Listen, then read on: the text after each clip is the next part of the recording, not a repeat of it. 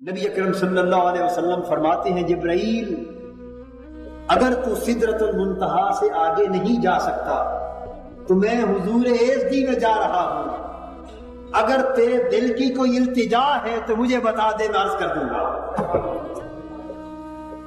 ہل لک من حاجت الی ربک، اے جبرائیل تیری اگر کوئی حاجت اور خواہش ہے، دل کی آرزو ہے تو مجھے بتا دے، میں خدا کے حضور پیش کر دوں گا۔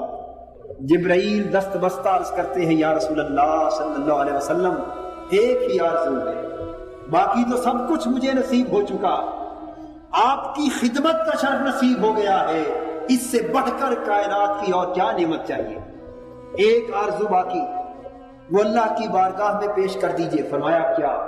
عرض کیا یا رسول اللہ صلی اللہ علیہ وسلم آرزو یہ ہے کہ جب قیامت کا دن ہو، حضور آپ کی امت پل صراط سے گزرنے لگے تو آپ کی امت کے کئی گناہگار گناہوں کے باعث لڑکھڑا رہے ہوں گے۔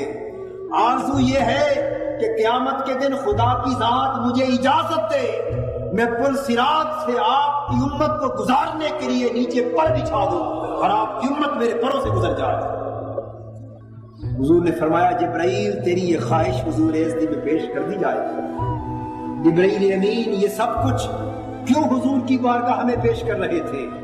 کہ حضور آقا آپ کی امت کے گزارنے کے لیے پل صراط پہ پر بچھا سکوں، یہ کس لیے؟ تاکہ زیادہ سے زیادہ حضور کو راضی کر سکیں۔ اس لیے واللہ حضور کی امت کو خوش کر کے اور کوئی بڑھ کے صورت ہی نہیں حضور کو یہ خدا کو خوش کرنے کی۔ جو شخص حضور کی امت کو خوش کرتا ہے وہ یہ سمجھ لے کہ سب سے بڑھ کر میں نے آقا کو خوش کرا، اور اہل دل کی تو خوشی ہی حضور کو خوش کرنے میں مضمر ہے۔ اس لیے حضور کی خوشی کی خاطر عرض کر رہے ہیں کہ قیامت کے دن اگر آپ کی امت کی خدمت کا شرف نصیب ہو گیا تو میں سمجھتا ہوں کہ مجھے سب نعمت نصیب ہو۔